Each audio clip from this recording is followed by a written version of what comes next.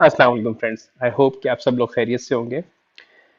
आज की वीडियोस में हम प्राइसिंग स्ट्रेटजीज को डिस्कस करेंगे। आप लोगों ने अगर मेरी वीडियोस फॉलो कर रहे हैं तो आपने देखा होगा कि लास्ट वीडियो में भी मैंने प्राइसिंग स्ट्रेटजी को डिस्कस किया था। आज उसी को फर्दर कंटिन्यू करेंगे और आज की वीडियो में हम प्राइस एडजस्टमेंट स्ट्रेटजीज को देखेंगे। तो प्राइस एडजस्टमेंट की हमारे पास 7 स्ट्रेटजीज हैं, जिसके अंदर discount and price allowance pricing है, सेगमेंटेड प्राइसिंग है, साइकोलॉजिकल प्राइसिंग है, प्रमोशनल प्राइसिंग है, ज्योग्राफिकल प्राइसिंग है, डायनामिक प्राइसिंग है एंड इंटरनेशनल प्राइसिंग है। तो सबसे पहले हम डिस्काउंट एंड अलाउंस प्राइसिंग को देखते हैं। ये discount and allowance pricing generally bulk buyers के लिए होती हैं, जो लार्ज क्वांटिटीज़ में चीज़ें खरीद रहे होते हैं। जनरली ये रिटेलर एंड होलसेलर्स के लिए ऑफर्स होती हैं।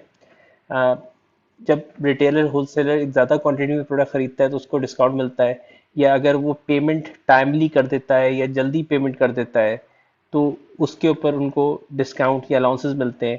या उनको डिस्काउंट और अलाउंसेस इसलिए दी जाते हैं ताकि वो आपकी कंपनी के प्रोडक्ट को ज़्यादा प्रमोट करें या उनको फ्रंट शेल्फ पे रखें या उनको सजा के रखें। तो ये डिफरेंट क्राइटेरिया हो सकते हैं जिनकी बेसिस पे रिसेलर्स एंड होलसेलर्स को डिस्काउंट ऑफर किए जाते हैं। Next we have segmented pricing. Segmented prices में होता यह है कि हम एक ही तरह की प्रोडक्ट को डिफरेंट कस्टमर के लिए डिफरेंट प्राइस पे अवेलेबल करते हैं। फॉर एग्जांपल आपने देखा होगा एयरलाइन में अगर बच्चे ट्रैवल कर रहे हैं तो उसी सीट पे वो डिफरेंट प्राइस पे कर रहे हैं, और अगर बड़े ट्रैवल कर रहे हैं तो उसी सीट के लिए उसी सर्विस के लिए एक डिफरेंट प्राइस पे की जा रही होती है, जबकि एयरलाइन के लिए कॉस्ट सेम होती है। तो फर्दर सेगमेंटेड प्राइसेस क्या क्या होती हैं? कस्टमर सेगमेंट प्राइसिंग होती है। कस्टमर सेगमेंट प्राइसेस में जैसे मैंने आपको बता दिया, स्टूडेंट्स के लिए कई जगह पे डिस्काउंट होते हैं। लाइब्रेरी में स्टूडेंट जाएगा तो उसको कुछ और पे करना है, नॉन स्टूडेंट जाएगा तो कुछ और पे करना है। इसी तरीके से आप देखते हैं कि ट्रेन में 60 अबव लोगों के लिए डिस्काउंट दिया जाता है, बच्चों के लिए डिस्काउंट दिया जाता है।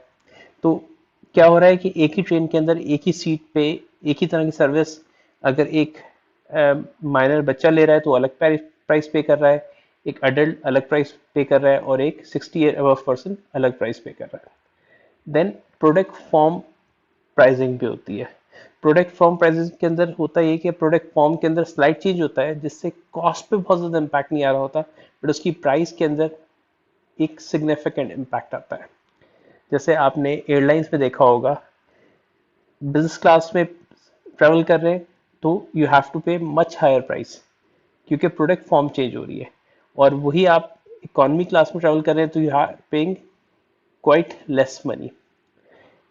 जबकि एयरलाइन के लिए दोनों की कॉस्ट के अंदर इतनी ज़्यादा वेरिएशन नहीं होगी जितनी ज़्यादा वेरिएशन आपकी प्राइस में आ रही है। तो यहाँ पर क्या हो रहा है, प्रोडक्ट फॉर्म की बेस पे प्राइस सेगमेंट हो रही है। Then location based pricing. आपने देखा होगा एक ही प्रोडक्ट एक इलाके में मिल रही है, डिफरेंट प्राइस है, किसी और इलाके में मिल रही है, डिफरेंट प्राइस है। That is location based pricing. अगर एक प्रोडक्ट डिफेंस में मिल रही है, लेट से अगर आप सब्जियां लेने जा रहे हैं डिफेंस में, तो आपने नोटिस किया होगा वहाँ पे थोड़ी सी प्राइस ज़्यादा होगी। और अगर वही सब्जियां आप किसी गरीब इलाके में लेने जा रहे हैं, लोअर इलाके में लेके लेने जा रहे हैं, तो वहाँ पे उस वेजिटेबल की प्राइस कम होगी। That is location based pricing. Then time based pricing. आपने कई दफ़ा देखा होगा रेस्टोरेंट्स के अंदर मिडनाइट के बाद कोई और प्राइस है, मिडनाइट से पहले कुछ और प्राइस है। Off peak and peak hours. Mobile phone के अंदर पीक आवर्स में कॉलिंग रेट अलग होते हैं, ऑफ पीक आवर्स में रेट्स अलग होते हैं। इंटरनेट सर्विसेज में आपने देखा होगा टाइम बेस्ड प्राइसिंग होती है। तो रेस्टोरेंट, इंटरनेट और बहुत सारी सर्विसेज, बहुत सारी कंपनीज अपनी प्राइस को एडजस्ट करती हैं अकॉर्डिंग टू टाइमिंग। ये generally peak end off peak hours का डिफरेंस होता है। अच्छा, सेगमेंट प्राइसिंग को इफेक्टिव बनाने के लिए ज़रूरी है कि आपकी मार्केट के प्रॉपर सेगमेंट बने हुए हो, और डिफरेंट सेगमेंट में डिफरेंट डिग्रीज ऑफ डिमांड हो, और इसके अंदर कोई भी इलीगल चीज़ आप ना कर रहे हो। ऐसा ना हो कि आप सिगरेट्स जो है वो बच्चों को सस्ता देना शुरू कर दें, तो दैट वुड बी इलीगल। तो इसकी चंद शराइत ये है कि इलीगल ना हो, एंड डिमांड के अंदर फ़र्क हो। ऑब्वियसली बच्चों की ट्रैवलिंग की डिमांड में, एडल्ट की ट्रैवलिंग डिमांड में फ़र्क होता है। आपको पता है, और हम इजीली इस मार्केट को सेगमेंट कर सकते हैं, बच्चों के बड़ों की मार्केट को।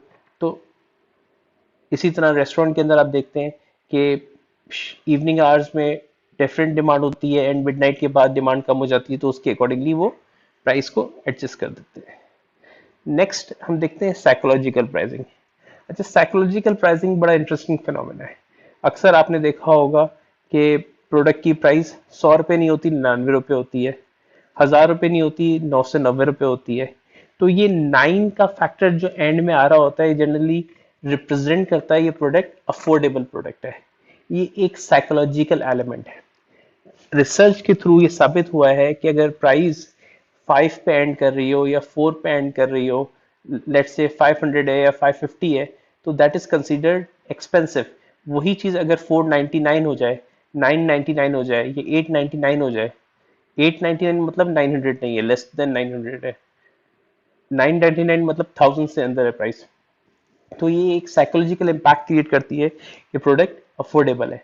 तो इससे ना सिर्फ आप कस्टमर को अट्रैक्ट कर रहे होते हैं, बट कस्टमर को एक मैसेज भी दे रहे होते हैं कि आप अफोर्डेबल प्रोडक्ट ऑफर कर रहे हैं। जब भी कंपनी कोई लग्जरी प्रोडक्ट ऑफर करती है या वो एक्सपेंसिव प्रोडक्ट्स ऑफर करना चाहती है, वो कभी भी ये 999 वाली प्राइजेस नहीं सिलेक्ट करती। Then we have reference prices.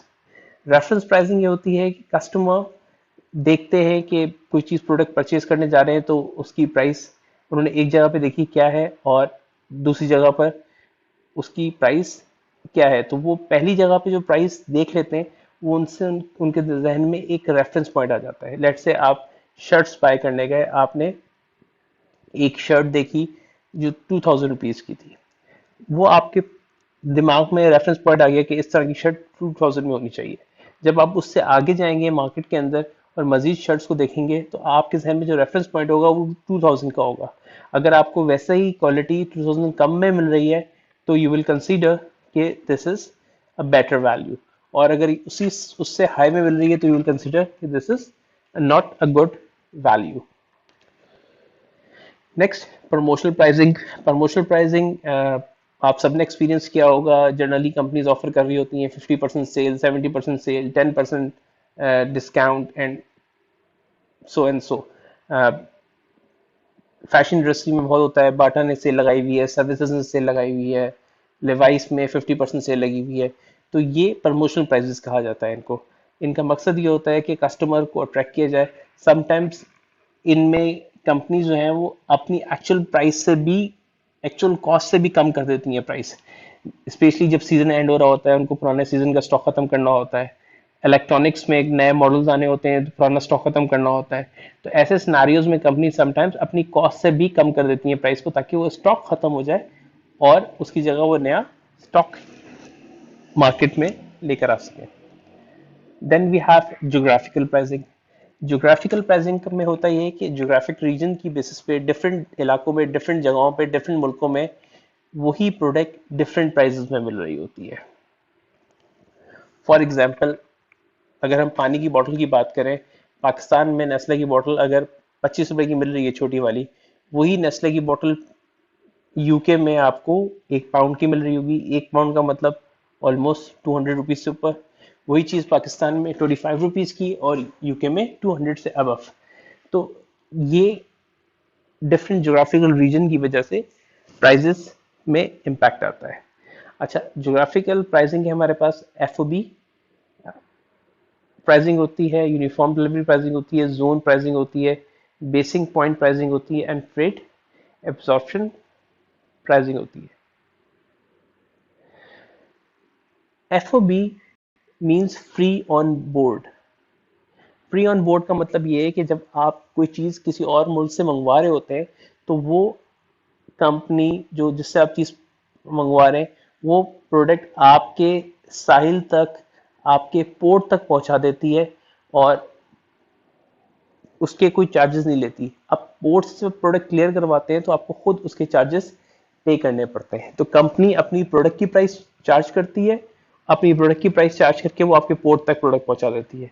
Port से पे टैक्सेस पे करना, पोर्ट से प्रोडक्ट को क्लियर करवाना, पोर्ट से प्रोडक्ट लेकर अपने ऑफिस तक लेकर आना या अपने घर तक लेकर आना, ये जिम्मेदारी सारी बायर की होती है। तो that is known as free on board FOB pricing. Then we have uniform delivered pricing. Uniform delivered pricing वो स्ट्रेटजी होती है जिसमें कंपनीज पोर्ट तक प्रोडक्ट पहुंचाती हैं और प्रोडक्ट पोर्ट से आगे प्रोडक्ट आप तक पहुंचाने के लिए उस पर जो भी फ्रेट होता है वो चार्ज करती है। फॉर एग्जांपल एक कंपनी है मोबाइल फ़ोन बना रही है और वो दुनिया भर में डिस्ट्रीब्यूट कर रही है, तो कहती है फाइन, मोबाइल फ़ोन की प्राइस सबके लिए सेम है, चाहे वो अमेरिका हो, चाहे वो ऑस्ट्रेलिया हो, चाहे वो पाकिस्तान हो, चाहे वो बांग्लादेश हो, हम प्रोडक्ट आपको सेम प्राइस में देंगे, बट इसके अलावा जो खर्चा आएगा उसकी ट्रांसपोर्टेशन का, उसकी फ्रेट का, वो आप अलग से पे करेंगे। तो यूनिफॉर्म डिलीवर्ड प्राइस में प्रोडक्ट की प्राइस सेम रखी जाती है हर तरह के कस्टमर के लिए, बट उनकी जो फ्रेट होती है वो कस्टमर अपने अकॉर्डिंगली पे करते हैं जितना भी उनका खर्चा आ रहा हो। जोन प्राइसिंग के अंदर डिफरेंट जोन बना दिए जाते हैं और डिफरेंट जोन के अंदर डिफरेंट प्राइसिंग ली जा रही होती है। फॉर एग्जांपल आपने कई दफ़ा सुना होगा इंडस्ट्रियल जोन होते हैं। डिफरेंट इंडस्ट्रियल जोन में जब इंडस्ट्रीज अपने मैन्युफैक्चरिंग प्लांट्स बनाती हैं तो उनके टैक्स रेट डिफरेंट होते हैं। एक इंडस्ट्री जोन के अंदर अगर आप प्लांट बनाएंगे तो वहाँ पे शायद आप डिफरेंट टैक्स दे रहे हैं, किसी और इंडस्ट्री जोन में आप प्लांट बनाएंगे तो वहाँ पे आप डिफरेंट टैक्स दे रहे हैं। ये जोन प्राइसिंग जनरली बिजनेसेस के लिए होती हैं। फिर बेसिक पॉइंट प्राइसिंग का मतलब ये होता है कि जनरली जहां पर आपका फैक्ट्री या कारखाना होता है वहां के आसपास जो कस्टमर होते हैं उनके लिए प्राइस कम होती है और उससे दूर जो कस्टमर होते हैं दे हैव टू पे एक्स्ट्रा प्राइस। जैसे आपने देखा होगा अगर आप कार परचेज कर रहे हो और अगर वो कार कराची में बन रही है तो कराची के कस्टमर के लिए प्राइस अलग होगी, और अगर वही कार आपको लाहौर में चाहिए तो यू हैव टू पे स्लाइटली एक्स्ट्रा प्राइस। तो वो जो एक्स्ट्रा प्राइस होती है वो बेसिक पॉइंट से दूर जाने की वजह से होती है, एक्स्ट्रा ट्रांसपोर्टेशन जो ऐड हो रहा होता है। इसी तरह अगर कोई गाड़ी, कोई कंपनी पंजाब में लगी हुई है फैक्ट्री, तो वो गाड़ी अगर आपको कराची में चाहिए तो कराची में महंगी पड़ेगी, और जिस गाड़ी की फैक्ट्री कराची में हो कराची में सस्ती मिलेगी, बट पंजाब में और दूसरे पाकिस्तान के रीजन में वो ज़्यादा एक्सपेंसिव हो जाएगी। ये बेसिकली उसकी ट्रांसपोर्टेशन कॉस्ट ऐड होती है।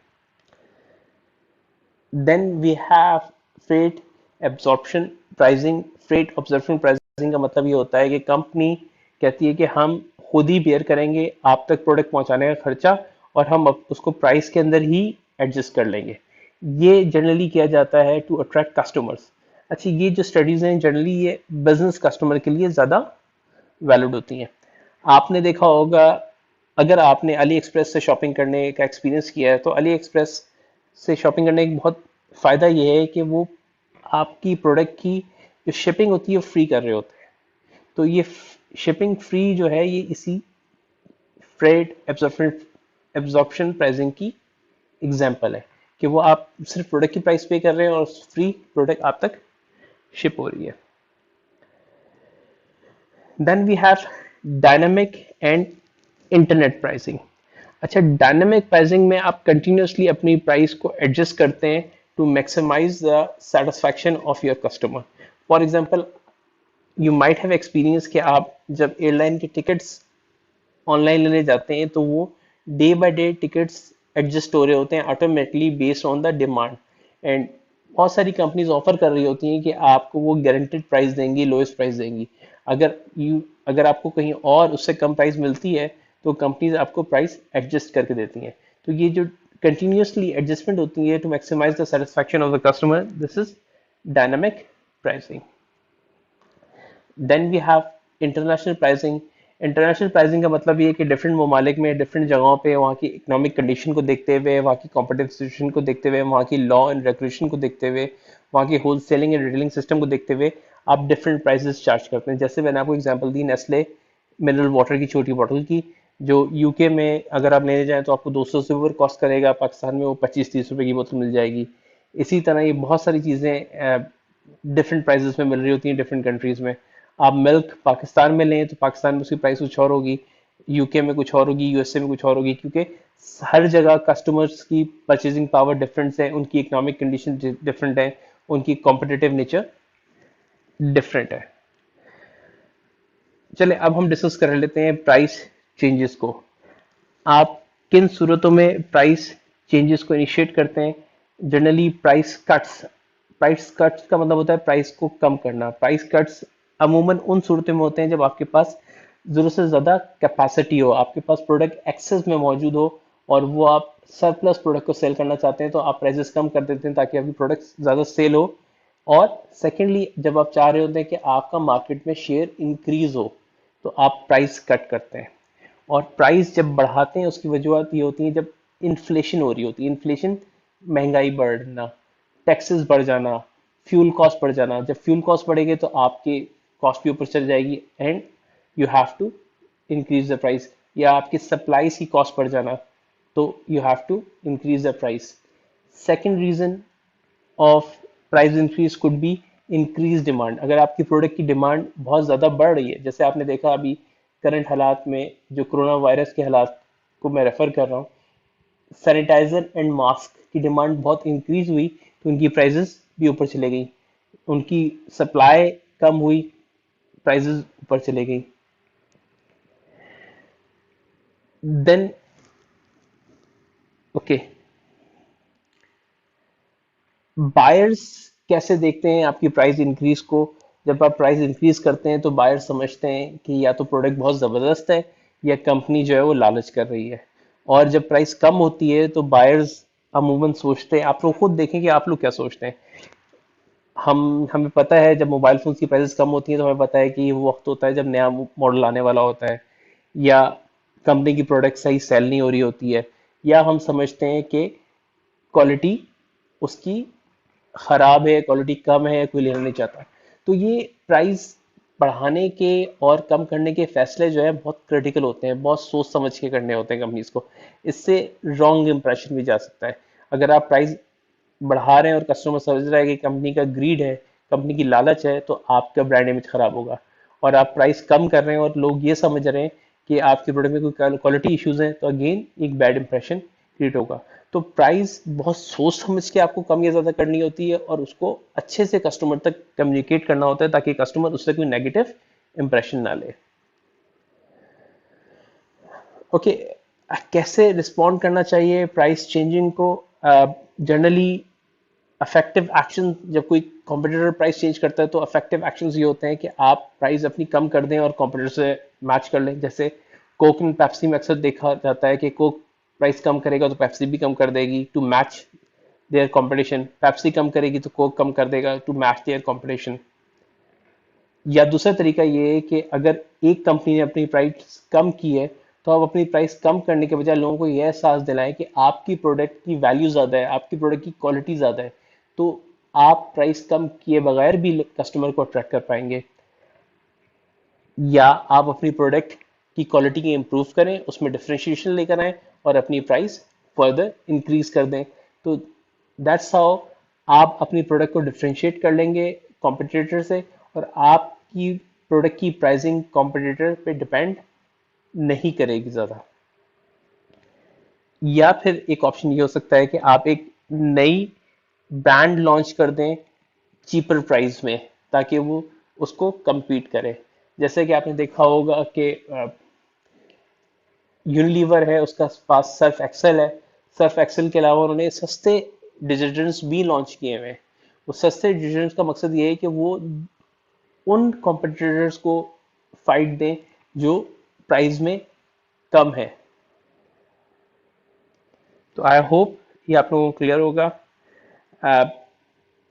Now let's discuss the public policy and pricing. अच्छा, आप लोग जानते हैं हम सोशल मार्केटिंग के एरा में और हमें एथिक्स का भी बहुत ख्याल रखना पड़ता है। प्राइसिंग सेट करते हुए भी ये बहुत ज़रूरी है कि हम कोई ऐसा काम ना करें जो कंज्यूमर इंटरेस्ट के अगेंस्ट हो। तो उसके अंदर हमारे पास दो चीज़ें जो मौजूद हैं यहाँ सामने, वो एक है प्राइस फिक्सिंग एंड दूसरी है प्राइस पेरिटरी प्राइसिंग।